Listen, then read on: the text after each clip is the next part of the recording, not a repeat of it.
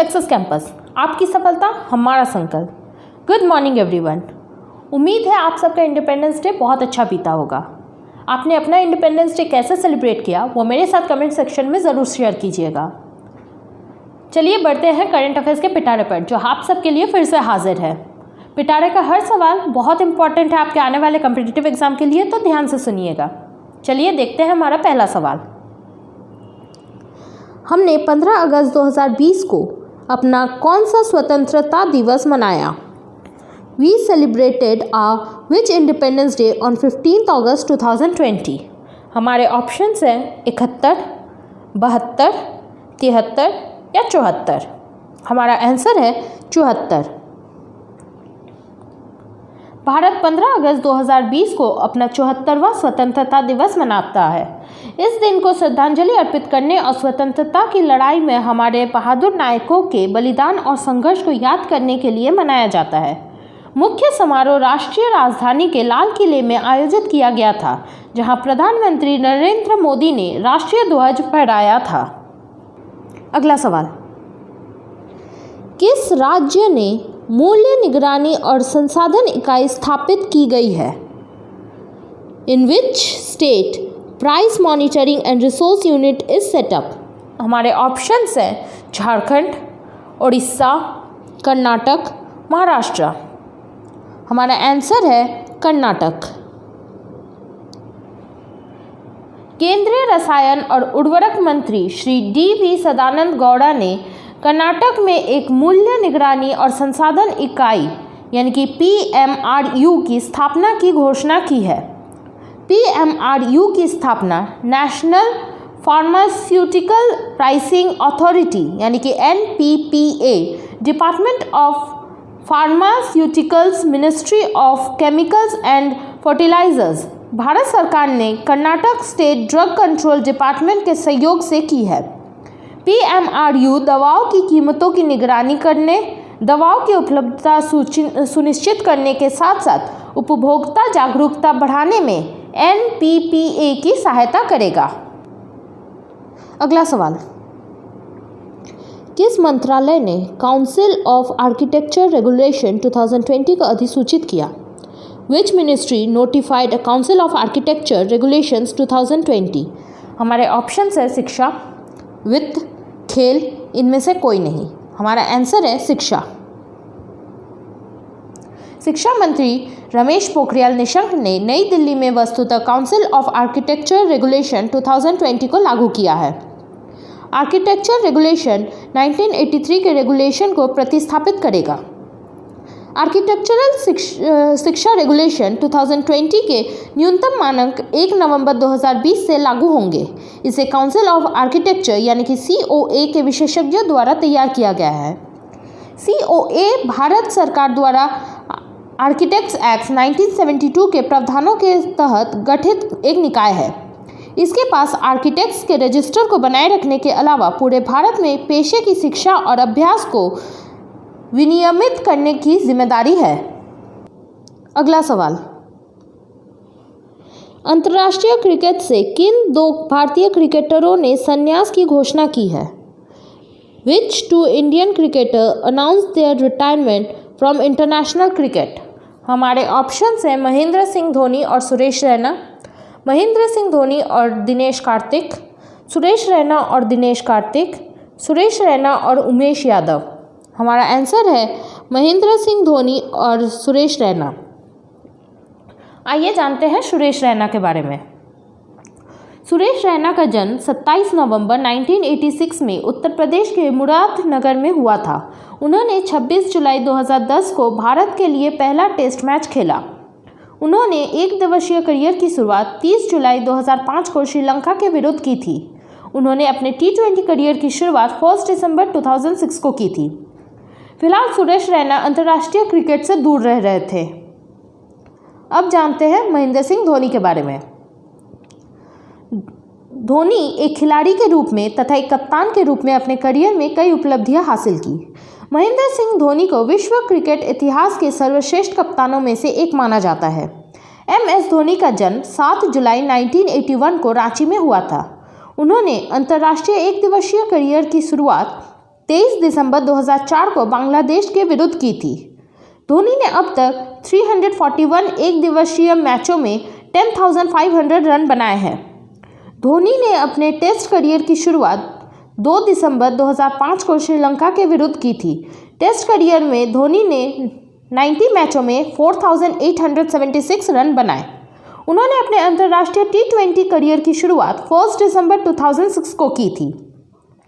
धोनी की कप्तानी में भारत ने 2007 का T20 विश्व कप, 2011 का एक दिवसीय क्रिकेट विश्व कप तथा 2013 का ICC चैंपियनशिप ट्रॉफी भी जीता। अगला सवाल, पीएम मोदी ने किस अवसर पर राष्ट्रीय डिजिटल स्वास्थ्य मिशन की शुरुआत की? On which occasion did PM Modi launched national digital health mission? हमारे ऑप्शंस हैं विश्व स्वास्थ्य दिवस, विश्व कैंसर दिवस, स्वतंत्रता दिवस, इनमें से कोई नहीं। हमारा आंसर है स्वतंत्रता दिवस।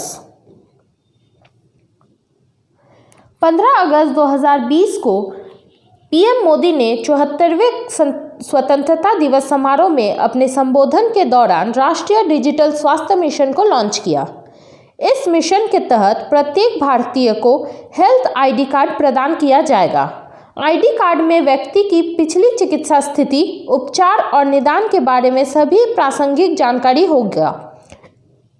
मिशन पूरी तरह से तकनीकी आधारित है। इस मिशन का उद्देश्य भारत में स्वास्थ्य देखभाल की दक्षता, प्रभावशीलता और पारदर्शिता में सुधार करना है।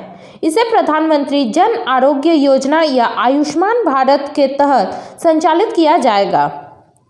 कार्ड रखने वाले नागरिक अस्पतालों में अपनी यात्रा के दौरान डॉक्टरों और स्वास्थ्य देखभाल प्रदाताओं के लिए एक बार का उपयोग करने की अनुमति देंगे। अगला सवाल, प्रोजेक्ट लायन और प्रोजेक्ट डॉल्फिन को किसने लॉन्च किया?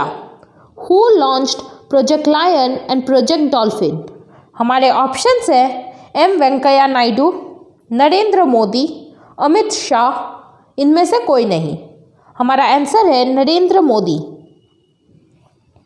15 अगस्त 2020 को पीएम मोदी ने 74वें स्वतंत्रता दिवस समारोह में अपने भाषण के दौरान प्रोजेक्ट लायन और प्रोजेक्ट डॉल्फिन का शुभारंभ किया।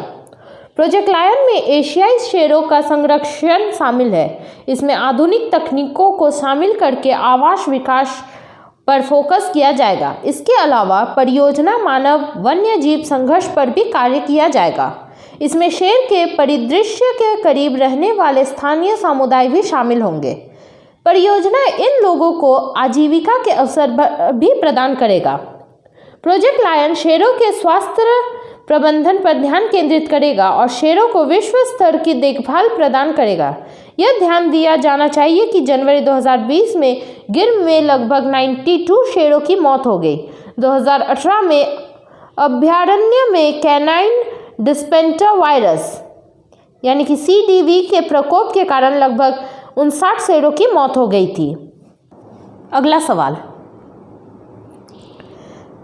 रक्षा उत्पादन को बढ़ावा देने के लिए रक्षा मंत्री राजनाथ सिंह द्वारा शुरू किए गए पोर्टल का नाम क्या है? What is the name of the portal launched by Defense Minister Rajnath Singh to promote indigenous of defense production? हमारे ऑप्शंस हैं सृजन, श्रीमान, जनश्री, इनमें से कोई नहीं। हमारा आंसर है सृजन। 14 अगस्त 2020 को रक्षा मंत्री राजनाथ सिंह ने रक्षा उत्पादन को बढ़ावा देने के लिए एक ऑनलाइन पोर्टल सृजन लॉन्च किया। इस पोर्टल में उन वस्तुओं को प्रदर्शित किया जाएगा जो वर्तमान में भारतीय रक्षा उद्योग द्वारा आयात की जा रही है। इससे देश के घरेलू उद्योगों को इन विशिष्ट वस्तुओं पर अधिक जानने और ध्यान केंद्रित करने में मदद मिलेगी। भारत सरकार इन वस्तुओं के डिज़ाइन, विकास और विनिर्माण को बढ़ावा देने के लिए उच्च प्रोत्साहन भी प्रदान कर रहा है। इसलिए पोर्टल अंततः इन वस्तुओं के निर्माण से भारतीय रक्षा उद्योगों को बड़े पैमाने पर लाभान्वित करने में मदद मिलेगी। यह बदले में भारत के रक्षा आयात को कम करेगा और रक्षा उत्पादन के स्वदेशीकरण को बढ़ावा देगा। आइए जानते हैं सृजन के बारे में। रक्षा सार्वजनिक क्षेत्र की इकाइयों और आयुध निर्माण बोर्ड पोर्टल पर उन वस्तुओं को प्रदर्शित करेंगे जिन्हें आयात किया जा रहा है। अगला सवाल,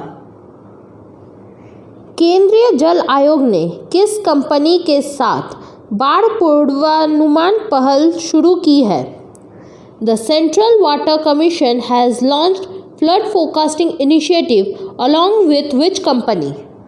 हमारे ऑप्शंस हैं फेसबुक, व्हाट्सएप, ट्विटर, गूगल। हमारा आंसर है गूगल। गूगल के साथ केंद्रीय जल आयोग ने बाढ़ पूर्वानुमान की पहल शुरू की है। इस पहल के तहत क्षेत्र में बाढ़ की स्थिति के बारे में जनता को कई अलर्ट भेजे जा सकते हैं। साथ ही देश में बाढ़ प्रभावित क्षेत्रों में लोग वर्तमान जल स्तर के बारे में जान सकते हैं। गूगल पहले से ही देश में बाढ़ से प्रभावित लोगों को सार्वजनिक अलर्ट भेज रहा है।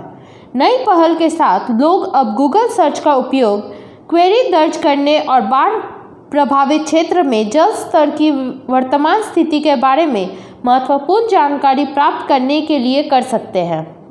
इस मॉनसून ने उत्तर प्रदेश, बिहार और असम जैसे कई राज्यों में बाढ़ की स्थिति प्रस्तुत की है। जल स्रोतों के आसपास के क्षेत्रों में जल स्तर बढ़ गया है, जिससे हजारों लोग खतरे में हैं। भारत में बाढ़ की चेतावनी केंद्रीय जल आयोग द्वारा जारी की जाती है। आज का आखिरी सवाल,